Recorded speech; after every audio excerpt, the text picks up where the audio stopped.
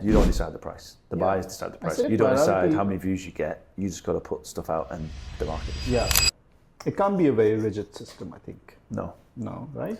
Well, the whole idea is not rigid. It's about The whole idea is not because rigid. So people come in and say, okay, let me try and plan the week. What do we want to capture this week? And I'm like, No, I don't know. Yeah, I don't know where we're going to be on Thursday. You don't know where you're going to be at 3 o'clock. Yeah. Right? You could be. But then I'll be at an event, or I'll be in a negotiation, or I'll be something amazing happening, and I think that's when you need it. This is what we want. Yeah, yeah. And that's same here. I do none of these event things. But like I said, every time I'm sitting with someone, I wish to God somebody was recording me. Yeah. You know, I can't just put up a phone and record like this because people are, people don't want to be recorded. But that's it. You kind of need that 24/7, not 24/7, but like most of the time kind of presence of people. Yeah, documenting, not just to document that. Things. And that empowerment thing I said, I think that's most important because in most employees, I feel that they're too scared to take risks because they'll lose their jobs. And that's half of that, and the other half is maybe they don't care that much. I've got my salary, so yeah, I've got my salary. I'm fine. I always think I started this thing very late in life, but I always thought if I do that extra thing now, I'll get paid more 2 years later than what I'm getting paid now.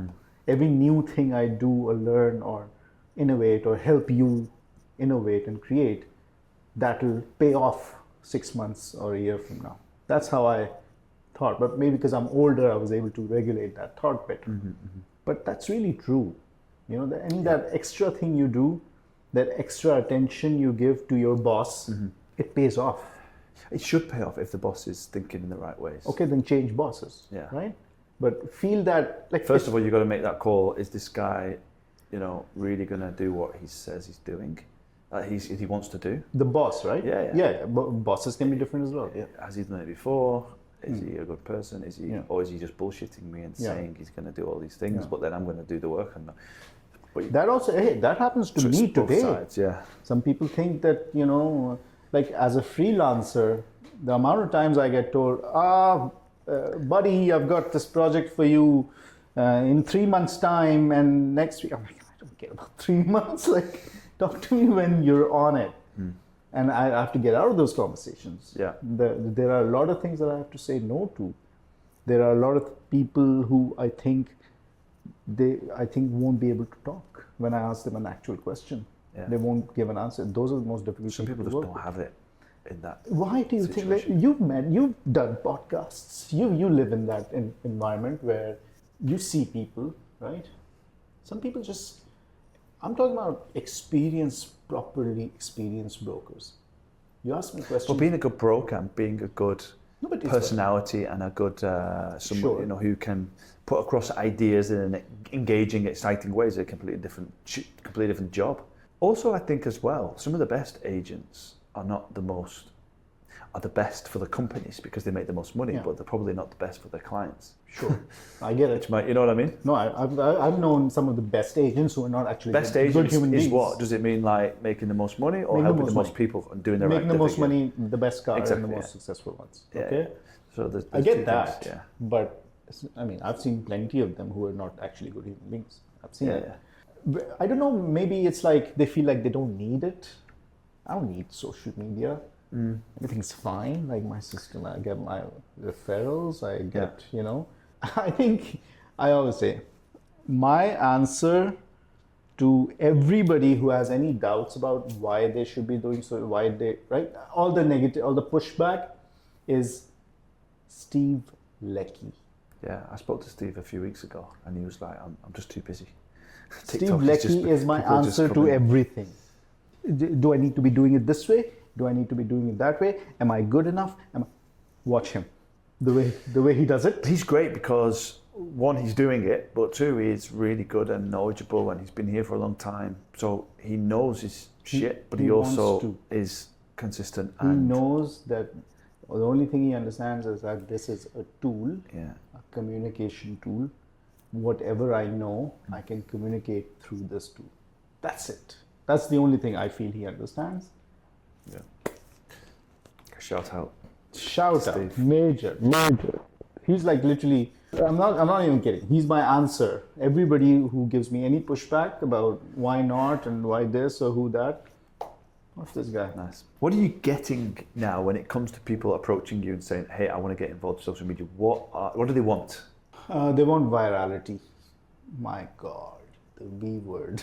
Okay. People want virality, and I try to talk them out of it, because it's a subject. This is something that people feel that they're entitled to because they see a lot of dumb stuff getting virality. You agree? Yeah. Like a lot of things that get, views or whatever, and you wonder why, but it got it. So fair play to them that they got that virality. But people think, if they got virality for stupidity, I have so much knowledge. I should get virality as well. That's something that's one of my biggest challenges, to sort of calm people down. So how do you do that then? My approach is, I tell them that you don't actually deserve it.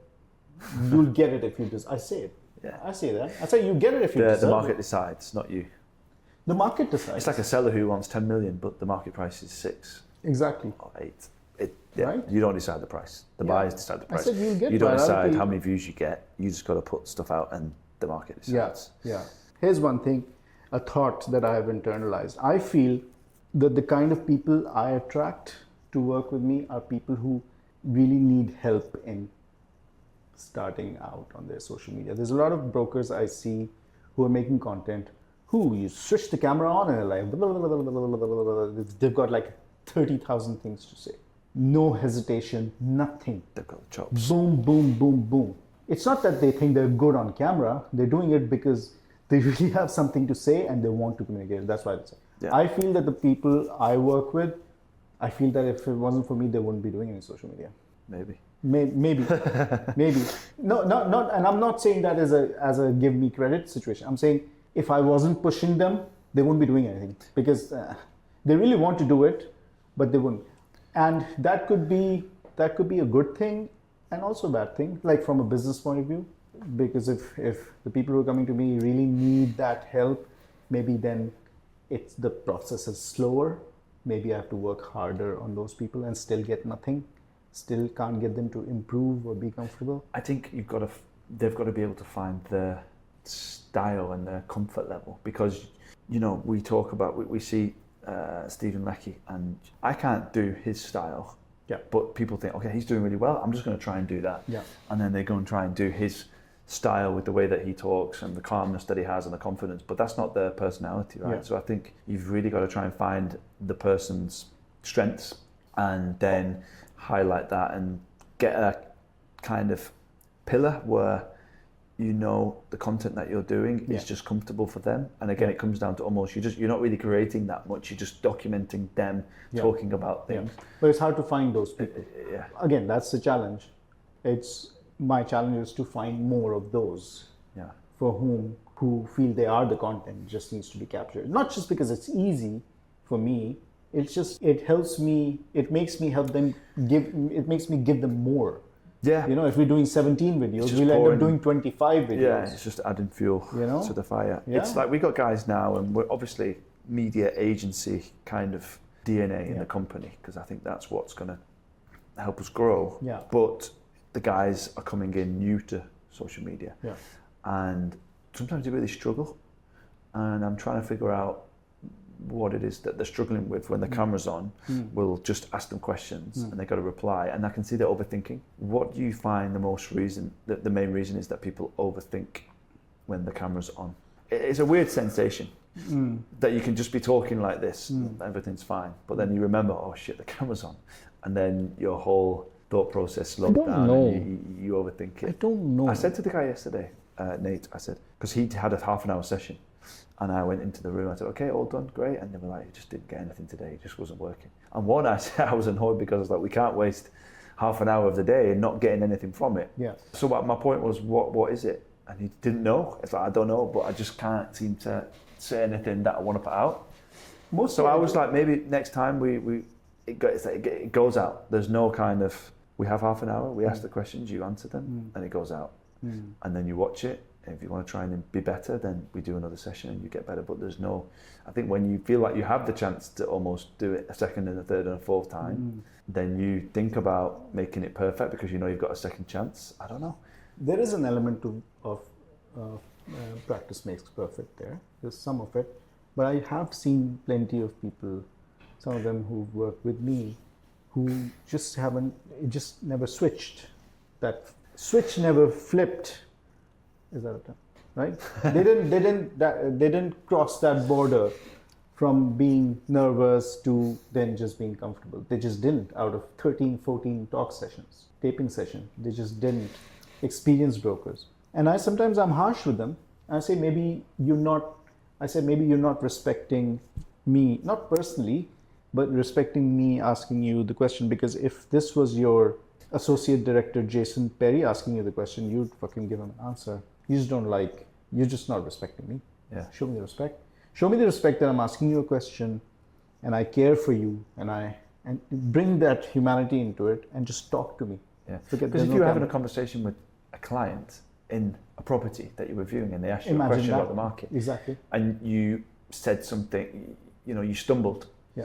You wouldn't be like, oh my God, sorry. Let me start again. Right? Yeah, let me start again. You're not going to do that. You just keep talking. And it's strange, isn't it? It's strange. So I think it comes down to, I think it's unfortunate and it's harsh maybe to say, but it actually comes down to they're not giving respect to their time and the person who's putting it together, their time. I think it's somewhere deep inside. Yeah. That's what the problem is. Because like I said, if they're associate director or big guy or some guy in the company, if they sat them down on a podcast, they won't say, no. It's just strange, isn't it? In 2014, so I came to Dubai in 2013. I would say in 2014, I had the idea that I wanted to make content. Yeah. So super early with the idea. Because I could see my friends were doing YouTube. Okay. And I could see the popularity of vlogs on golf vlogs. And wow. I could see, and I loved it. And I was really watching people with a shitty camera playing around the golf. No mic, and I was nothing. like, that's amazing. No mic, but it was really good fun and you could follow along with it. And then I thought, I was going to viewings and I was thinking, you know what, if I could capture that with what we do in real estate, it would be amazing. That was my first idea. And I think it took a real bottoming out of my career in 2016, 17, where I was like, you know what, because that's 3 years, 14, 15, 16, 17, 3 years where I was like wanting to do it, but just not having the push to do it or the need. And then 2017 came and I remember it was the launch at JGE for the luxury living townhouses. And I've been listening to Gary Vee a lot. And I was like, maybe today's going to be the day. And I just got one of the cleaners who were in on a Saturday morning. I said, can you just hold this? And I got the sales guy in. And then everyone was like, what the hell is he doing? Recorded a conversation. It was, and we recorded the presentation that he'd already given me. It went onto Facebook. I was posting on Facebook initially. And then we just started, obviously, from that point, I then needed a content pillar. I was like, what can I talk about consistently? Well, we've got a few project launches. So I started to do my review on the project launch. Then I started talking about the news because you could have the REST app. So I could get the daily sales figures and people some people liked it. It wasn't getting many views. And when I look back, it was really good stuff. It wasn't really about the views then, was it? No. Nobody cared. We didn't care. Well, I wasn't expecting views, to be honest. And then now we expect views. 4 or 5 months in, everybody within the small real estate world kind of said, oh, this guy's a bit, he loves himself. He's just putting, he loves the sound of his own voice. He's talking. And every single time before I pressed record, I'd feel that horrible feeling. I hated it, but I knew that potentially it could pay off. And everyone's question was... Somebody could say that about you now. So some people would say... Somebody could say that about you today. Oh, he just loves his own voice. Yeah, I don't really care anymore.